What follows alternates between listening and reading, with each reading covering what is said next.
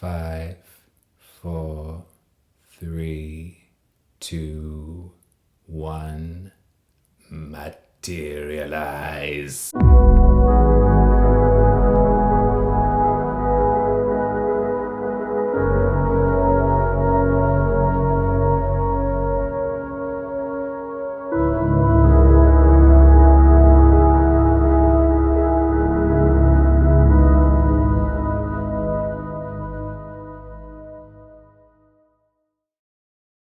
Hello, Aquarius.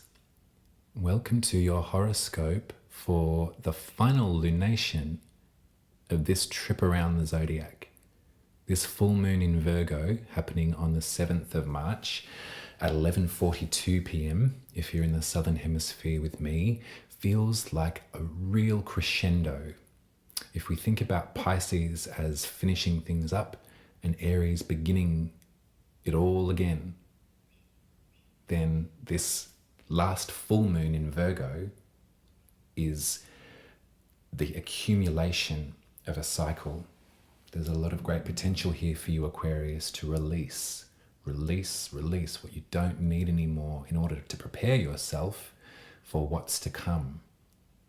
And so it's in the sun's in Pisces, the moon's in Virgo. And Virgo for you is your 8th house. And in the 8th house, we experience the intensity of connection. We get washed away by obsession and love and captivation with another. And we also feel the terror and the sorrow and the sadness of having to say goodbye. Everything that you can think that's too inappropriate to talk about in polite company, you can talk about in the 8th house. You can talk about jealousy there. You can talk about sorrow there. You can talk about intensity there. Maybe I said that before. We'll keep going. The 8th house is kind of like, and it's language that is sort of maybe I feel trepidatious around. I really do, and it's not something that I know so much about, and I've not really maybe looked into it as deeply as other people have. It's definitely a question that keeps coming up. If there's folks want to know about this, but that idea of soul contract is something that could be considered in the 8th house. Those people that come into your lives that you know came in for a purpose, and how you can't shake them or get them out of your mind. When they're there and when they're gone, you feel sorrow like no other. Grief happens in the 8th house. The final goodbye happens in the 8th house. You know what else happens in the 8th house? We save our souls. We recognize that there's a salvation that can come through the 8th house too, when we allow ourselves to crumble, when we allow the more rigid parts of ourselves to ease and to flop over. Virgo is the hermit, which is kind of solitary for an 8th house, but it kind of suits you, Aquarius. I wonder if a lot of your grieving happens in absolute solitude and private, and that's absolutely the perfect way to do it if that works for you. The hermit takes themselves away from the responsibilities of social life, of the noise of the community, of the group. And they take themselves away to open up their minds, open up their portal to receive messages from their spirituality. It's a great privacy with Virgo, and a great privacy that you can afford yourself with the 8th house. I think I'm kind of using all of this language because I imagine that this full moon for you, Aquarius, is going to be quite emotional. There are going to be things that swell up for you at this time, because of the moon, and also because Saturn, the planet of boundary and restriction And the rule book that has been in your first house since March of 2020 is finally leaving a couple of hours after this full moon. So you can feel that kind of like wave of release. And I want to trigger you, but if you can think back to March of 2020, you don't have to be a rocket scientist or a tarot reader to know that there was some profound boundary that we all experienced, that every single one of us felt held in place, felt terrified of reaching out, connecting with other folks because of the worry of damaging them, of hurting them. As a globe, we tried as best we could to grapple and to deal with the restriction. And some of us went inward. Some of us completely dissipated, crumbled. Some of us rose. Some of us saw ourselves for who we truly were, and we couldn't argue or deny anymore. We claimed that for ourselves. That wasn't received well by everyone in our life because some folks in our life needed us to be the way that we were, or they needed that version of us to regulate their own systems. You can rely on an Aquarius, that's for damn sure. You can rely on an Aquarius, hell or high water, to solve the problems of others. But this boundary in your first house was creating something really special. It was creating a place where you could recognize your own needs, Aquarius, and how some of those needs were being overlooked in the milieus that you were rolling with. And so now, right before this full moon, or right after this full moon is kind of like the last dance, and then Saturn will leave Aquarius and enter Pisces, enter your second house, your value system, what you truly believe in. I like this a lot, and I would want to provide a bit of room for some grief to arrive for you, Aquarius, at this full moon. It's completely natural, and if you need someone to talk to, I recommend that you find someone to talk to about this as well. As much as Virgo is the lone wolf, and as much as the 8th house can be incredibly private, the 8th house in its truest essence does involve another, doesn't it? We don't experience the 8th house by ourselves. And so to grieve the 8th house, we could afford ourselves some company there as well.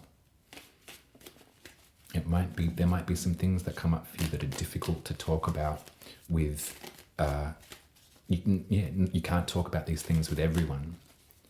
It might be a really great time to activate a relationship with a therapist.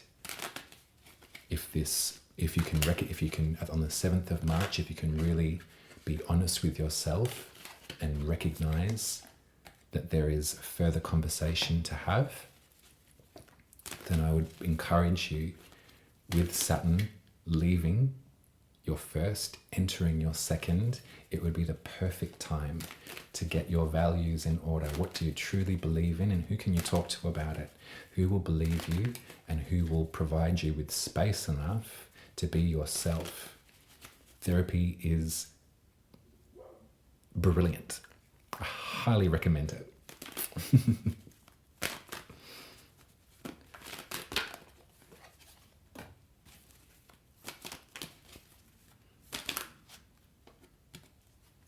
Absolutely. And the tarot agrees with me.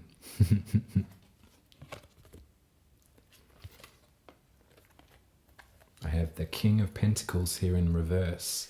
And so upright, this would be someone that has a lot to offer and has a great sense of sort of time management and the nous and the wherewithal to know how to grow something from nothing.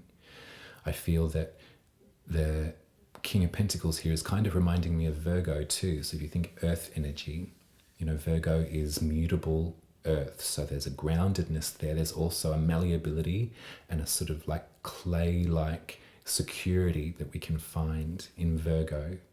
I think that this 8th house conversation that we're having about this intensity, you know, this sort of this idea of coming together with someone that, you know, sort of sex and death is the 8th house in 2 words, you know.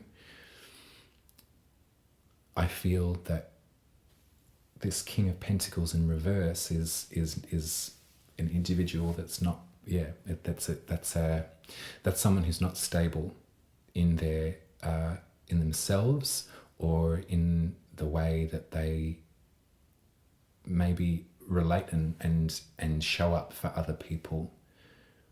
I keep on thinking of clay now too. So yeah, I think clay's beautiful, malleable, impressionable, isn't it? If you get too deep, you can sink to the bottom.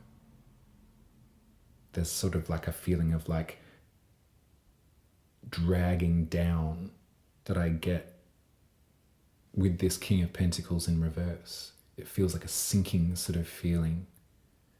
And we're reminded here that in the center of this reading, we've got the Wheel of Fortune, which is the beginning of a brand new cycle. And so I'm really reminded of 2 weeks from now when it will be Aries season, when we start afresh, when we get to look at your 3rd house, your village, your local environment, where it is that you're going to be, you know, popping down and getting the bread. Who are your neighbors? How are you activating your folk magic? How are you engaging in lessons that are from conversation rather than from the written word? How are you going to find your place in that environment? There's too much to look forward to, Aquarius, for you to be being dragged by this or by memories of the 8th house is maybe what I'm getting as well. There's a sort of feeling of we've done so much progress. You've been through such a great, beautiful trial, and not to say that you were being tested or anything like that, but I really want you to sort of take pride in your evolution since Saturn entered your 1st house, Aquarius. So much has happened since March of 2020. It feels a shame that this would be the sort of feeling that we're about, you know, we can't have you here to enter Aries, this brand new cycle. I've got the 10 of Swords here, and I want to really, this is a confronting image, Aquarius. Absolutely it is. This is the end of something. Remember, the swords are our thoughts, our mind, our mentality, the way that we talk to ourselves, the way that we translate our circumstance, the way that we maybe think too much about what other folks are thinking about us. This is anxiety to its limit. And so this is finished with. And I really want to remind you, Aquarius, that the sun is rising in the background of this image, that the new cycle is just beginning. And I'm not saying for a moment that you need to get over this and this needs to be done with and you could just stop thinking that way about yourself. Stop talking about yourself all the time. Nothing like that. Nothing like that. Out of all the people in the zodiac, Aquarius knows all about the swords and how detrimental it can be if there are too many swords. The repetition of the mind is something that Aquarius is very adept at and often has incredibly valuable solutions to help other people struggle with anxiety. So I'm not saying that you need to like drop the chop and get over it and move on. It's kind of the opposite of that. You need to really recognize that your sensitivities and that your challenges are a part of you and a part that makes you who you are. And also you deserve to reach out and receive support from other folks. Therapy, I would recommend if you're not there already. I know that it can be difficult to find the right therapist, and I know that it's a difficult system to sort of skip into.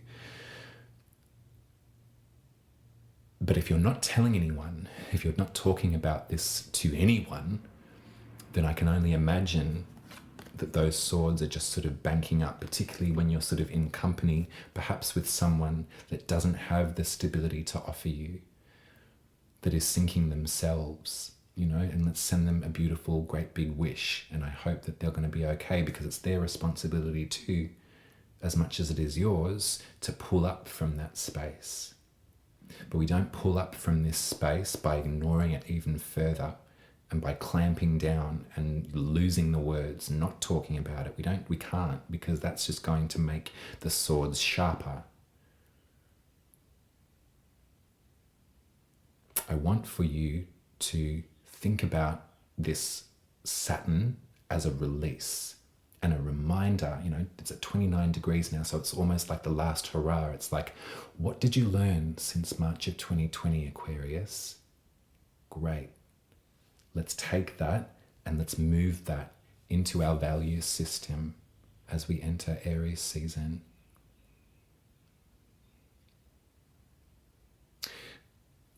I feel that I was going to say you can't save everyone. That's a terrible thing to say, and especially to you, Aquarius. You want to save everyone, but you can't save anyone if you're sinking too.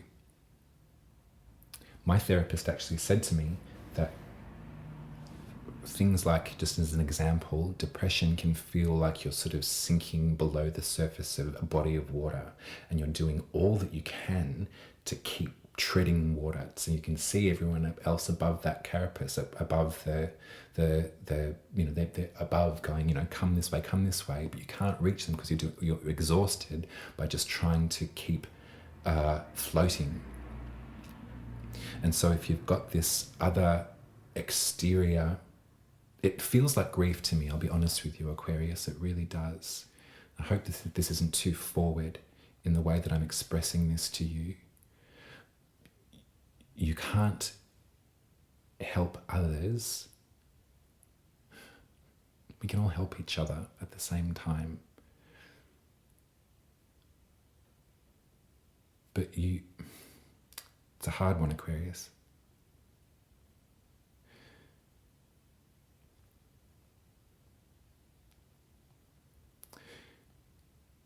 You're just as worthy of help and consideration and care as the other at every single moment of this life.